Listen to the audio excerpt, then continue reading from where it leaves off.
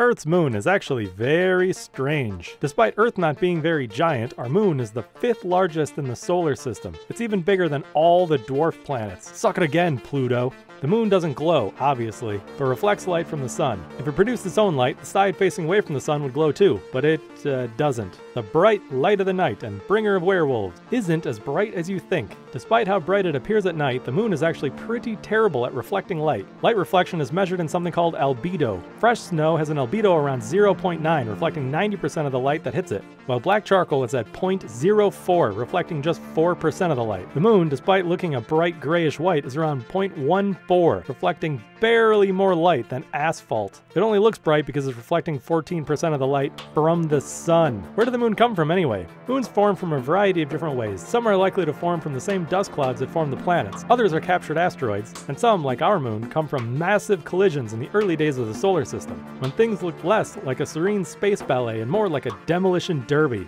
Recently, computer simulations by NASA's Ames Research Center and Durham University have demonstrated that a collision between the early Earth and a Mars-sized planet could have formed the moon very quickly out of debris. I personally wouldn't want to be there when this happened, but it shows that during these kinds of impacts, planets are much less rocky and much more liquidy than we would think. The Earth still has a super thin, hard crust over a syrupy liquid magma mantle, but the moon is also thought to have a creamy, semi-liquid center around an iron core, though much cooler and much deeper than on Earth. The volcanoes may have stopped erupting long ago, but you can still see some of the lava fields if you look at the moon. They're the darker areas.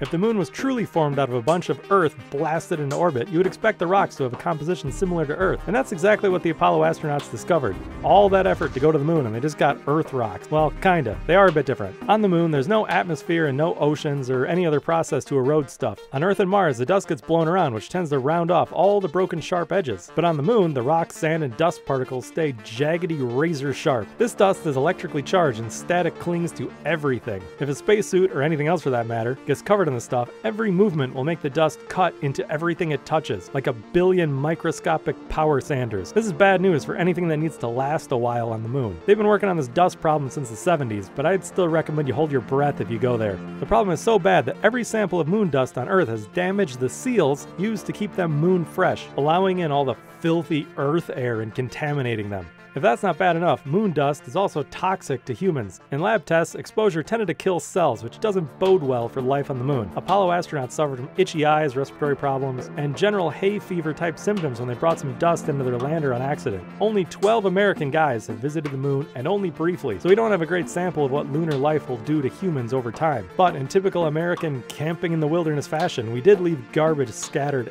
everywhere. If you look close enough, you might find beer cans behind a boulder somewhere. Typical tourist. Show up, play golf, take some rocks as souvenirs, and go home. But unlike your last trip to Hawaii, when you arrive on the moon, you will quickly lose tons of weight.